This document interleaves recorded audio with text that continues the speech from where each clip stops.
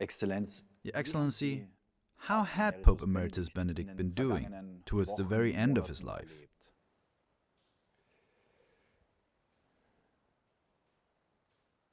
Ist ja eigentlich gegen seine Auffassung sehr alt geworden. Contrary to what he thought, he lived to a ripe old age.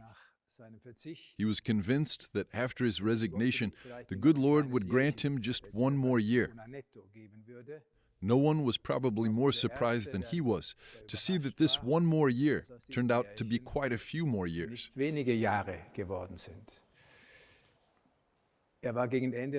Towards the end, he was physically very weak, very frail, of course, but thanks be to God, his mind was as clear as ever. What was painful for him was to see his voice became quieter and weaker. He had depended his whole life on the use of his voice, and this tool had become lost to him. But his mind was always clear. He was serene, composed, and we who were always around him, who lived with him, could feel that he was on the home stretch, and that this home stretch had an end. And he had this end firmly in sight.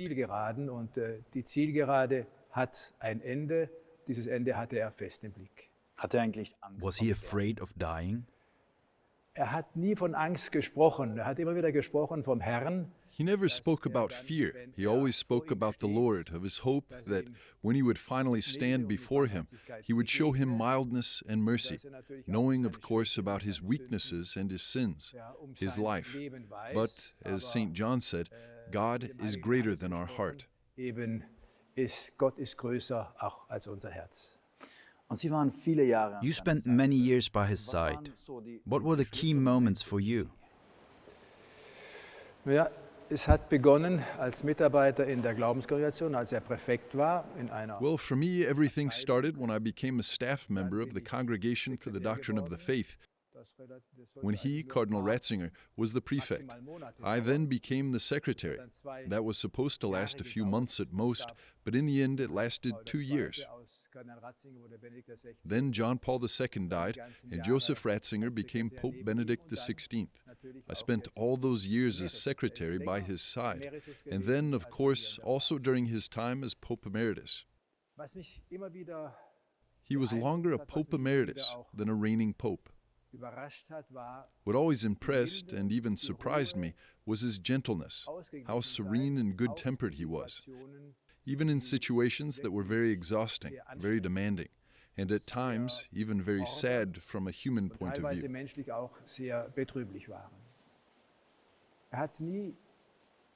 He never lost his composure, he never lost his temper.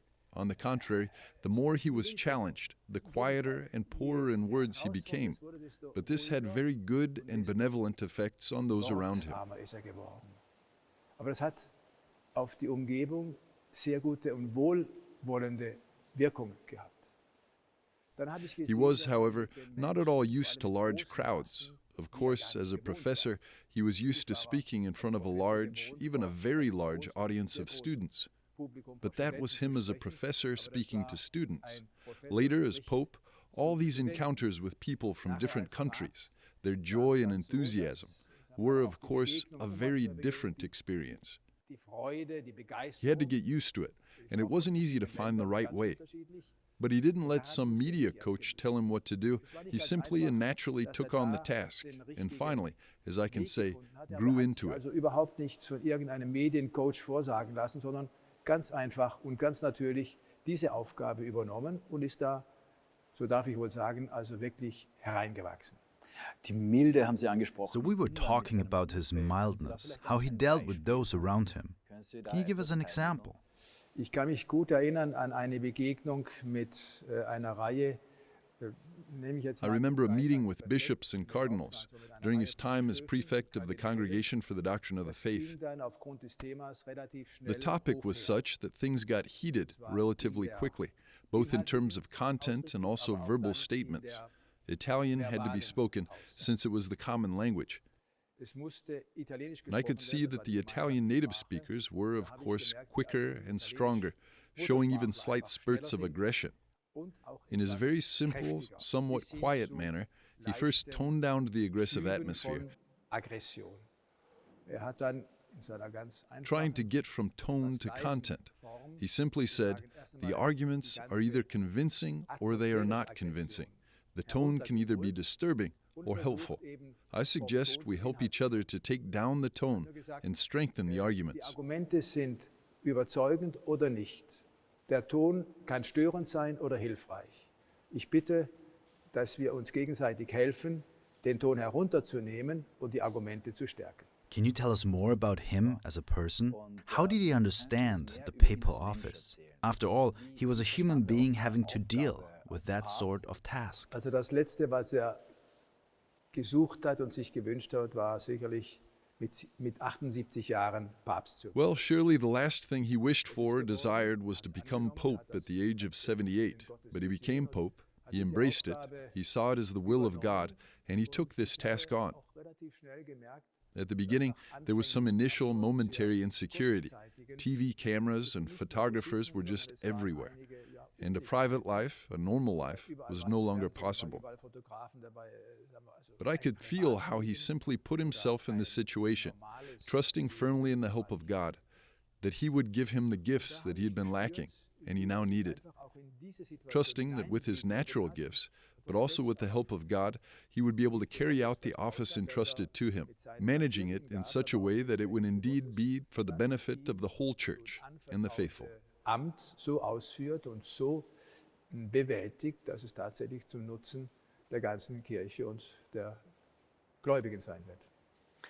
At the beginning, you said that the word, the spoken but also the written word, was his tool, so to say. Which of his writings, his encyclical letters, his books, are important for you personally? Als Papst hat ja 3 Enzyklen geschrieben, man kam 4. As Pope, he wrote 3 encyclical letters. The 4th was written together with Pope Francis and then also published by Pope Francis, Lumen Fide, On the Faith. I must confess that Spe Salvi is the encyclical that has given me personally the most spiritual nourishment. Geistliche Nahrung gegeben hat und von der ich glaube, dass sie auch. And I also believe that of all of his important encyclical letters, this one will ultimately win the race. I started reading his work when I was still a student in seminary and in Freiburg. I read all of it. And that, of course, influences one's spiritual growth. I think that one of the things that will remain is certainly the Jesus trilogy. Originally, it was supposed to be only 1 volume. He started it when he was a cardinal, and he finished the first volume as Pope. And he thought that the good Lord would only give him strength enough for the first book. He wanted that among the writings that were published under his name, besides the official texts he wrote as Pope, and of course his encyclical letters, for example, the Jesus trilogy, his Jesus book in 3 volumes, would be seen as his spiritual and intellectual testament. He started writing it as a cardinal, and then continued as Pope. At the beginning he said, "It's now time for me to finish. Who knows how long my strength will last?" Und sie reichten und hat beim 2. Band angefangen und so weiter. His strength did last. He started the 2nd volume and so on. These 3 volumes contain his whole personal being as a priest, a bishop, a cardinal, and a pope, but also all of his theological research, his whole life of prayer, in a form which, thanks be to God, can be easily understood, a form which is written at the highest academic level, but will also, for the faithful, be his lasting personal testimony. And exactly that was the intention. With this book, this form of proclamation of the faith, he wanted to strengthen people in the faith, lead them to faith, and open doors to faith. Aber auch Türe zum Glauben öffnen. Und vielleicht für Sie ganz persönlich. Which of these thoughts will you embrace personally? Which ones have helped you the most? Welche werden Sie auch mitnehmen? Also wenn ich auf das Jesusbuch direkt schaue. When I look at the book on Jesus, the crucial thing is that this book doesn't describe something from the past, this one person, even if he is the Savior, but it talks about the present. Christ lived, but he is still alive. Reading this book helps to make the connection, so to speak, with today, with Christ. I don't just read something that happened. Something happened, yes, but what happened has meaning for me, for everyone who reads it, for my personal life of faith. Für jeden, der liest, für mein persönliches Glaubensleben, und das, meine ich, ist etwas And ganz that, I think, is decisive, is the sense that Joseph Ratzinger, Pope Benedict, does not minimalize, take away or skip anything from what the Church professes as to faith. And that, for me, is something that remains. I've read the first volume several times. I've read it over and over again in order to accompany certain seasons of my life. I can only recommend it. It's very helpful, a true spiritual nourishment. Besser gesagt, immer wieder begleitend gelesen zu bestimmten Jahreszeiten. Das kann ich nur empfehlen. Das ist eine große Hilfe, eine geistliche Nahrung. Das klingt auch danach, dass er selbst aus diesen Überzeugungen heraus. How did you perceive him? How did he live his faith? Auch, wie hat er seinen Glauben gelebt? Das Erste ist, er hat den Glauben vermittelt bekommen von seinen Eltern in einer ganz natürlichen. The faith was transmitted to him by his parents in a very natural, very normal way, and it had a very strong influence on him. What he received from his parents and later from his teachers, his spiritual teachers, was then deepened in his own life, above all through his studies, but also through his lectures. And what he had deepened in such a way became his own life of faith. I always had the impression, and I don't think I'm the only one, that what Professor Ratzinger, Bishop Ratzinger, Archbishop and Cardinal Ratzinger and Pope Benedict said was not something to be recited because it was part of the office. It was, so to speak, flesh of his flesh. It was what he believed and what he wanted to pass on, so that he could pass on this flame to others and make it burn brightly. Das ist das, was glaubt und das, was weitergeben möchte, und dass diese Flamme auch anderen geben möchte, und möchte, dass es lichterloh brennt. Aber bleibt einem Papst überhaupt Zeit? Does a pope have time for prayer, for silence? Es ist immer eine Frage der Einteilung der Zeit. Wenn mir etwas wichtig ist, it depends on how you manage your time. If something is important to me, I try to find the necessary time, and not just the time I might have left, but the time that I already schedule for when I plan my day. What I experienced with him as cardinal, but also as pope, after all I lived with him, was that we always had fixed prayer times. There were exceptions, of course, for example, when we were traveling, but prayer times were sacrosanct. In concrete, that meant Holy Mass, breviary, rosary, meditation. There were fixed times, and it was my task to stick to them, and not to say, this is important now, this is very important, and this is even more important. He said the most important thing is that God always comes first. First, we must seek the kingdom of God. Everything else will be given in addition. It's a simple phrase, and it sounds good, but it's not so simple to stick to it. But that's the reason why it's true, and why you must help to ensure that it remains that way. Nicht einfach, aber deshalb trifft dazu, und deshalb müssen Sie auch mit dafür sorgen, dass das so bleibt. Heilige sind ja auch Vorbilder für uns. Saints serve as role models for our Christian life. Who was Pope Benedict's favorite saint? Der heilige Josef. Ich glaube, das war der Lieblingsheilige, wobei dann relativ schnell Gesellschaft bekommen hat. His favorite saint was Saint Joseph, but he was soon joined by Saint Augustine and Saint Bonaventure. Gestalten der Kirche. And that's simply because he had studied those two great figures of the Church very intensively and could see how they fertilized his spiritual and intellectual life. Befruchtet haben.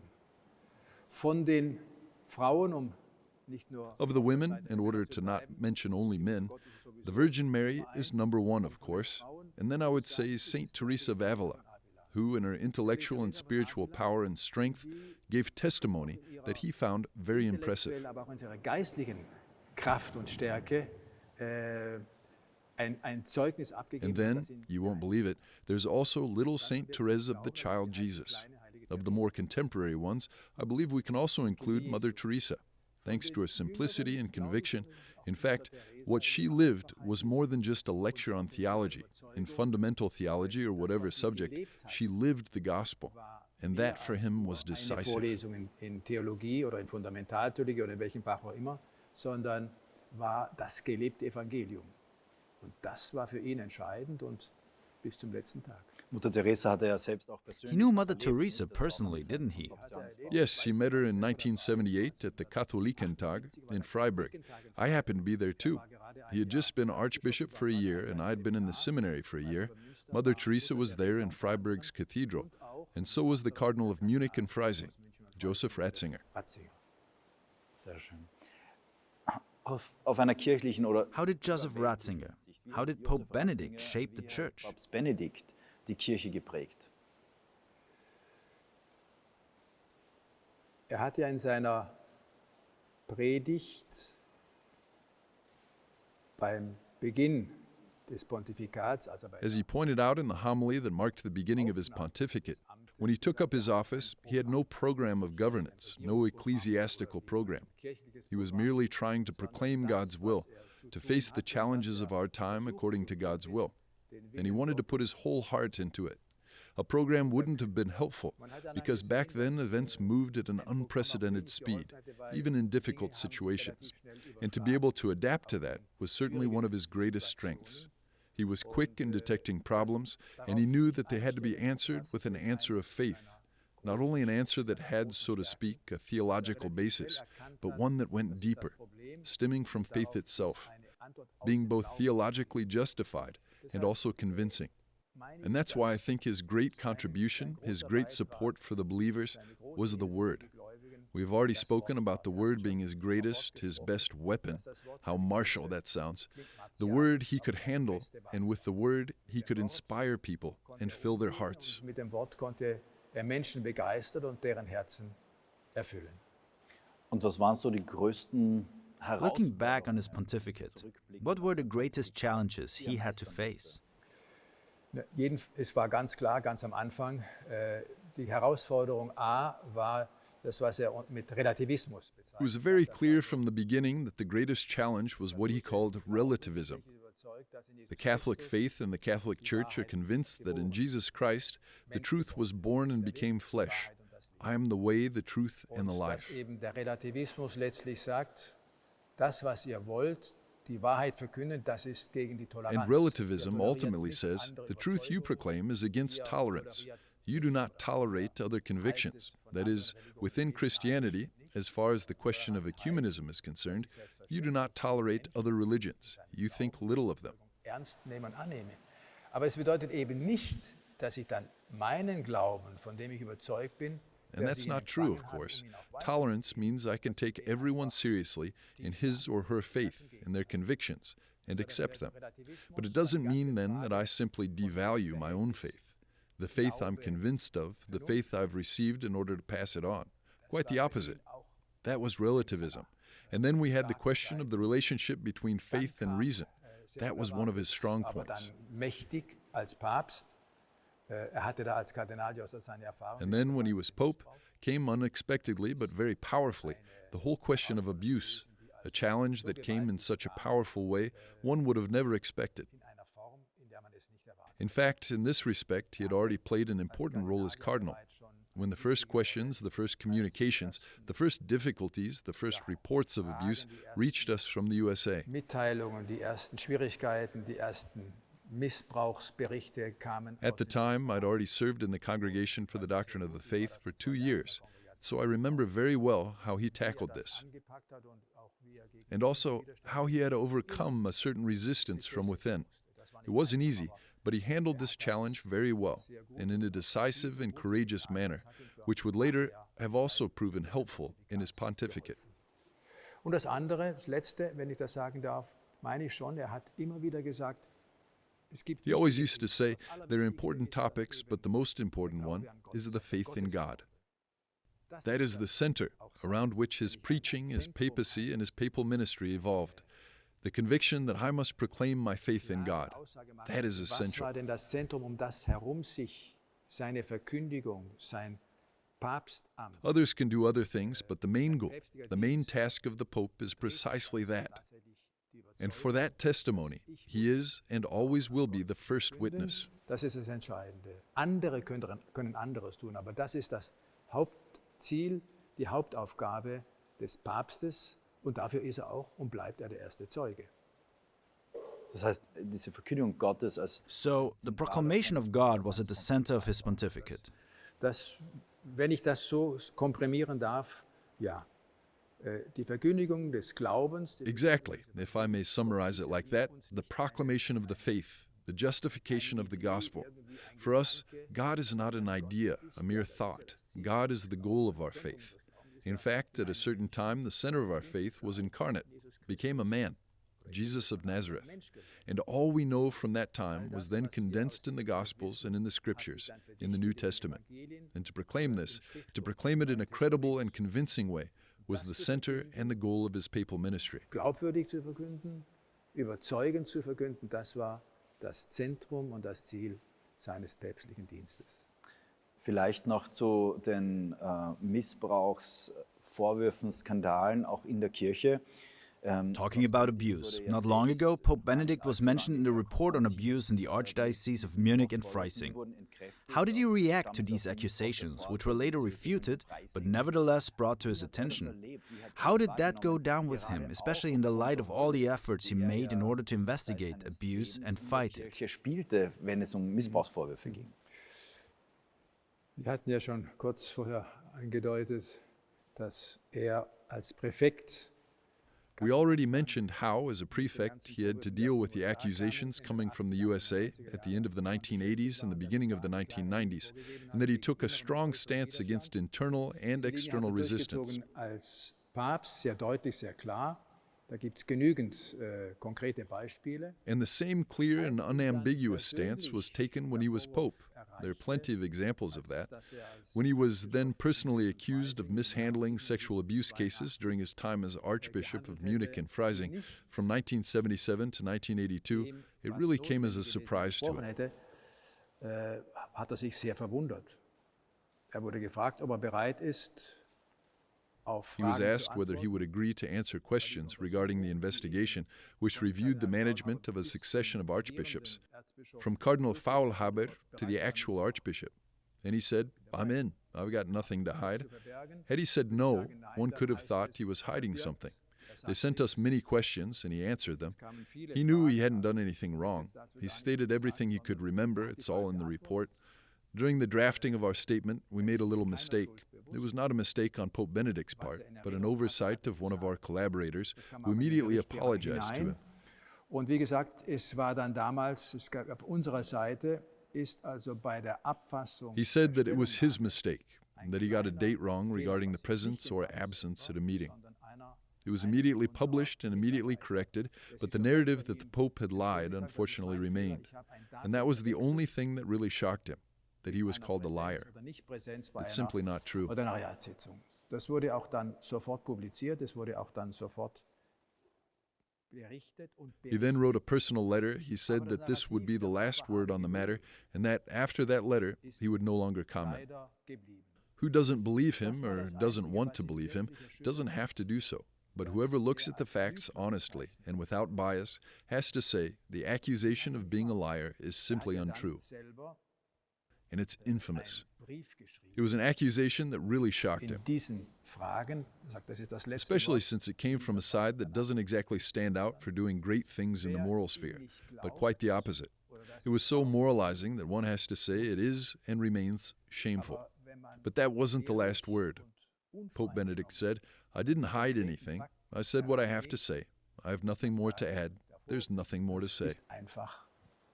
Nicht wahr, und ist infam. He could only appeal to reason, goodwill, and honesty. There was really not much else to do. And that's exactly what he wrote in his letter.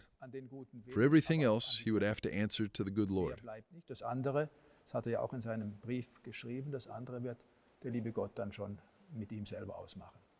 Und das, was Sie sagen, ist ja auch nachvollziehbar, nicht in den Dokumenten und Akten. Also in fact, what you say is all there, the documents and in the files. Anyone who acts without malicious intent can reconstruct it and bring the truth to light.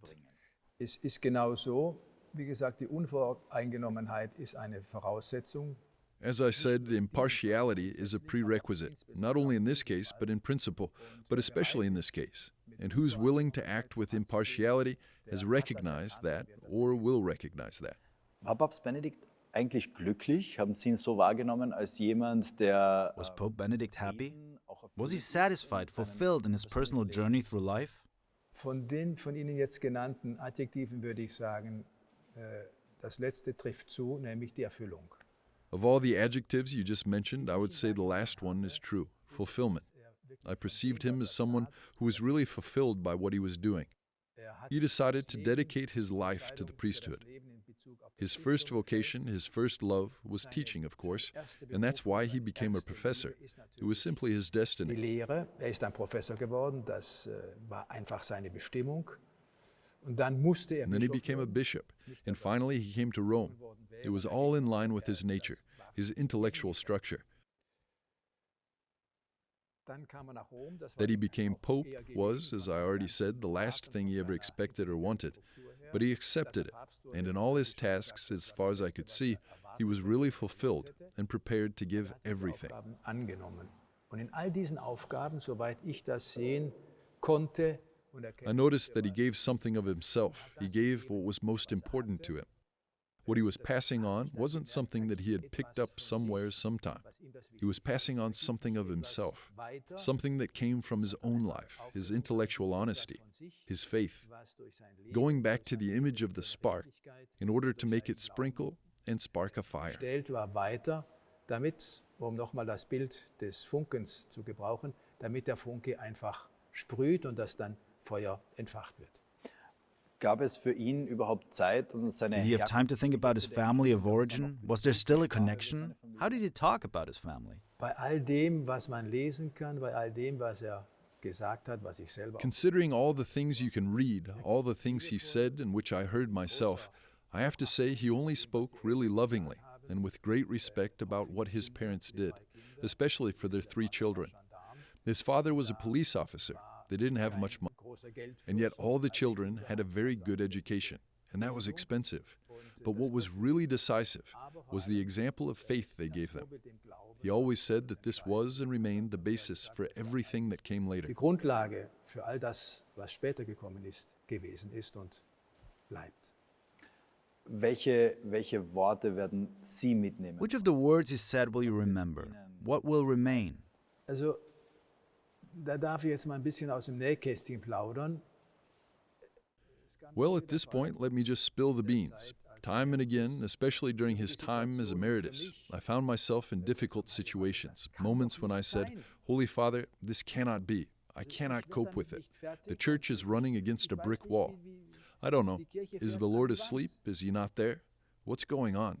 And he said, You know the gospel a little, don't you? The Lord was asleep in the boat on the Sea of Galilee, so the story goes. The disciples were afraid, a storm was coming, waves were coming. And they woke him up because they didn't know what to do. And he just said, What's going on?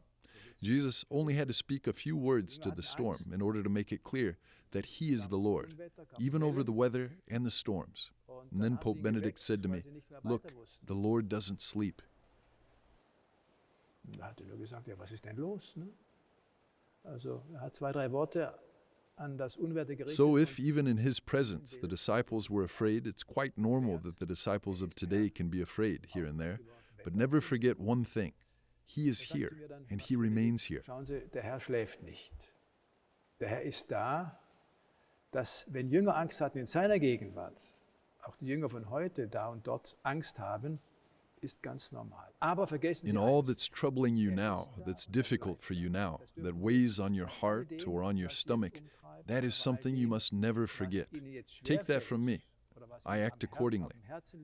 That's something that, among other things, has really sunk into my heart, and it remains firmly anchored there. Das ist das, was unter anderem, aber das ist das, was mir richtig ins Herz hineingefallen ist und dort also schön verankert bleibt. Vielleicht noch eine andere Can you share another anecdote from your time with Pope Benedict? Ja, Papst Benedikt ist ja ein Mann gewesen mit einem sehr feinen Humor. Er mochte es, wenn auch in einer schwierigen Frage der Humor nicht total. Pope Benedict was a man with a fine sense of humor. He liked it when, even in difficult questions, humor was not totally shelved, since it can provide a sort of grounding, but also a sort of wire that leads us upwards. Zeichnet. So habe ich da und dort immer wieder gemerkt, wie Thus, I could notice here and there how in difficult situations, be it as a cardinal or as pope, he tried not to bring about some sort of funny turn that sounds too superficial, but to bring in an ounce of humor, an element of humor that could detoxify things. And that has proven very precious for my own life in some difficult situations, and I'm very grateful for that. Das hat mir für mein eigenes Leben, auch für manche schwierige Situation viel gegeben, wofür ich sehr dankbar bin. Santo Santo subito, saint right away. So war zu lesen bei der Beerdigung von Johannes Paul II. That was the message we could read at the funeral of John Paul II in St. Peter's Square. I remember it all too well. There were many signs and also large painted posters with the caption, Santo subito. Plakate, Santo subito. Ich believe it will go in this direction. Exzellenz, herzlichen Dank für das Gespräch. Excellency, thank you very much for the interview. Thank you for having me.